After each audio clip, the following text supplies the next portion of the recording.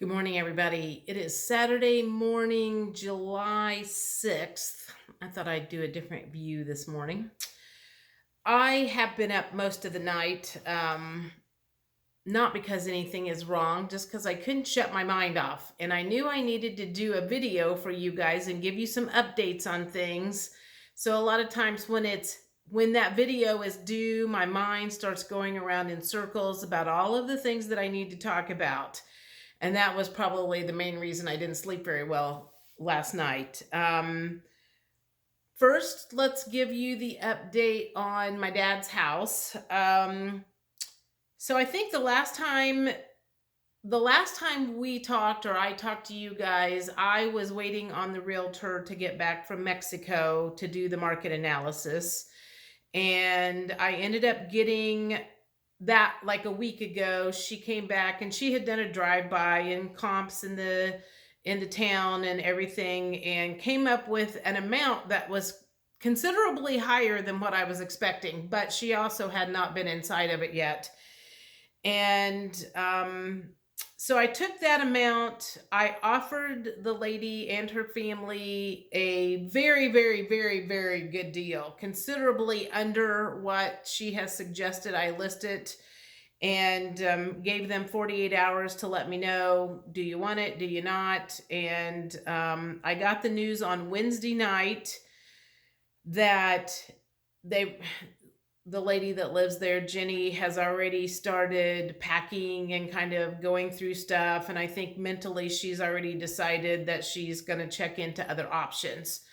And that's what was able to come out by having 3 weeks go by from the time that my aunt told her. So she made that decision on her own, which makes me happy. I didn't twist anybody's arm to do anything. And I was working very, very hard not to get in the way of God, creator, source, universe. I am working very hard to let this happen the way it's supposed to. And some of it's been easy, some of it has not. But so anyway, I heard that on Wednesday night, and I told the realtor, I was like, I'm taking the next 4 days off because I'm off of work. I didn't work yesterday, and I think she's going to go over to the house on Monday and take measurements and stuff. And she had talked to the granddaughter, and she had talked to Jenny on Wednesday, and so I have let her talk to them because it is kind of emotional for me, and I don't want to be a for sale by owner. I don't want to do this on my own, especially with a house that is in another state. I mean, I haven't been in real estate for 12 years, so I've kind of forgotten things. Things have changed, and I don't want to be a realtor in Illinois that I don't know anything about. So I'm letting the gal in Palestine or Robinson area take care of it, and I'm very happy that I have her. Jenny had asked her, I guess, how I had picked Zina is her name. And Zina kind of told me that story, and I was like, she's right. I'm like, I have known this woman forever. My brother went to school with her son, grade school, and she was good friends with my aunt and uncle. She knew my grandma and grandpa, and I was just kind of like, wow, I guess I really have known this woman since I was a kid. And I feel safe with her and trust her, and so far I've been very pleased with how she's handled things. So that is kind of, I guess next week we'll list that, and then kind of that will wrap up whenever it gets sold and closed and everything. And so I'm kind of at that flux point where a lot of the hard conversations are done. I'm kind of trying to wrap my mind around what does the next phase of my life look like. The last 7 years have been one phase since my dad passed away, and now I'm starting to look at a different way of life here after that house sells, and that kind of is off my shoulders. And I think that's part of what I've been doing this weekend, is processing that and kind of trying to figure out what do I do next, because that thing, that house, that, those conversations and worrying about the finances and worrying about this and that and all of the crap that went along with that.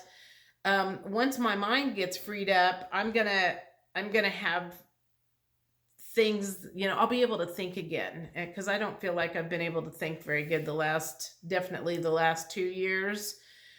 It's been all consuming. So anyway, that's kind of going on with the house. So as updates happen on that, I'll let you know. One of the other things that this happened when I took the first part of it happened when I took my little hiatus off of YouTube.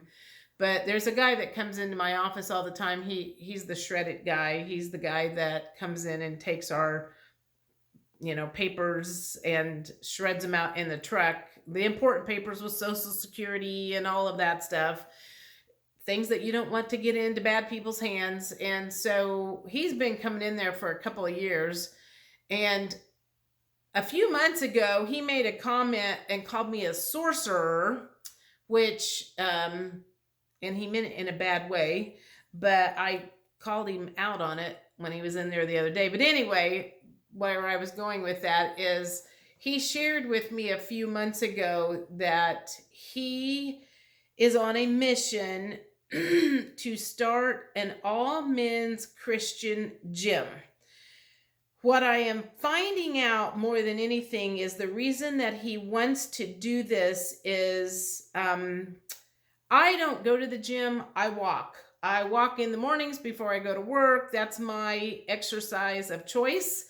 So I don't go to the gym, and I don't really know what the girls wear at the gym, but apparently, and according to him, it's very scant, I'm going to assume, and it's very distracting for him especially, and maybe other men. Whatever the case is, I think the reason he wants to start this all-men's Christian gym is so they can keep the women and their half-dressed bodies out of their way, so they can concentrate and not be distracted and not be tempted and whatever the case is. And he had made that comment again the other day, and I was like he's like, have you seen what the women wear to the gyms? And I was like, well, no, I don't go to the gym.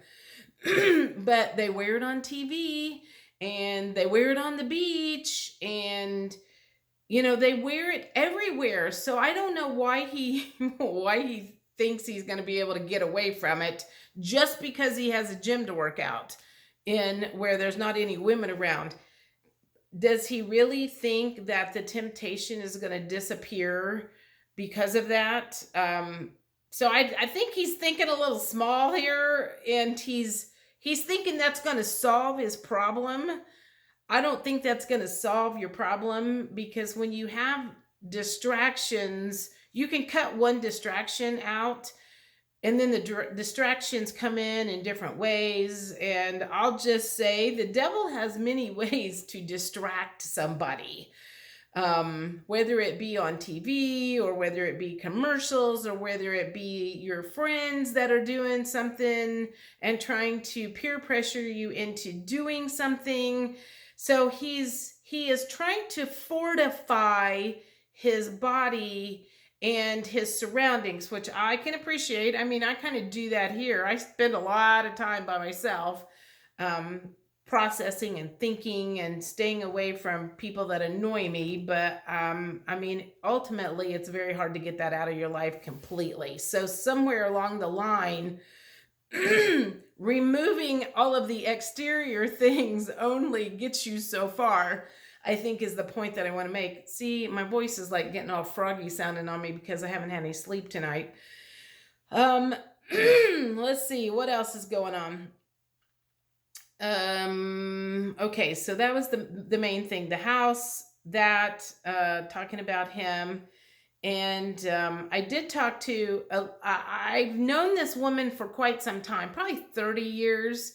She was, we had a lender in the old office that I used to work at, and she was the processor for that lender. Oh my God, my voice has really lost it here. And she was in my office the other day, and we were talking and catching up, and I made some comment about the debate and the election or something, and she kind of whispered, and she goes, "I don't think we'll have an election." And I was like, "Really? Oh, tell me more." So when she said that, I knew she was on the kind of the same page as we all are on what we watch. And I asked her if she watched Phil Godlewski, and she's like, "No, I don't like him." But a friend of hers like swears by him, and I'm like, "Yeah, that's pretty much life. It's like you either love him or you hate him, and there seems to be no in between." So we talked as long as we could until the people came in, but it's just really interesting to kind of watch what's happened since the debate. I mean, it's just, to say it's a clown show is an understatement. It really is a clown show. And every day something new happens, and I just kind of keep watching it and like shaking my head. So I am, doing what I can on my end to prepare for whatever happens, whether it be we have an election, whether we don't have an election, whether someone else gets placed in, whether something happens after Trump does come back in, or whether Biden gets in or they pull him and Newsom gets put in. Crazy shit is happening, and there isn't much we can do about it because someone else is pulling the strings. So I am doing the best I can to, I guess you could say, fortify my life, and solidify and get grounded for whatever is getting ready to come, because God only knows what it may be. So I hope you guys are doing that. I know a lot of my friends on here are, because I've talked to some of them, but I would say, don't hold your breath on anything. Don't assume anything is going to happen, and I'm sure you don't. You've been through the same thing that I have the last few years. Do the best you can to prepare mentally, physically, emotionally, and the family members that have not, we'll deal with them when the time comes, I guess. So anyway, I think that's about it. I'm sure I had 100 other things that I wanted to talk about, but like I said, I maybe had 2 hours of sleep last night. I laid there and laid there and laid there. I think I finally got up around 3. I just got back from a walk. I might go back to bed here shortly.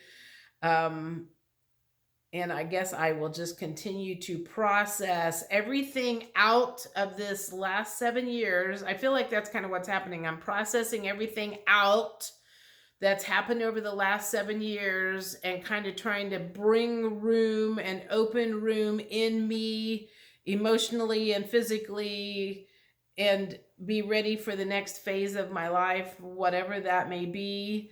I hope to hell it's better than the last few years have been, because when I sit back and I look at some of the stuff that has happened, I'm like, surely I'm not doomed for a miserable, and I'm not saying I've had a miserable life, but I certainly have not felt like I've had a super happy life.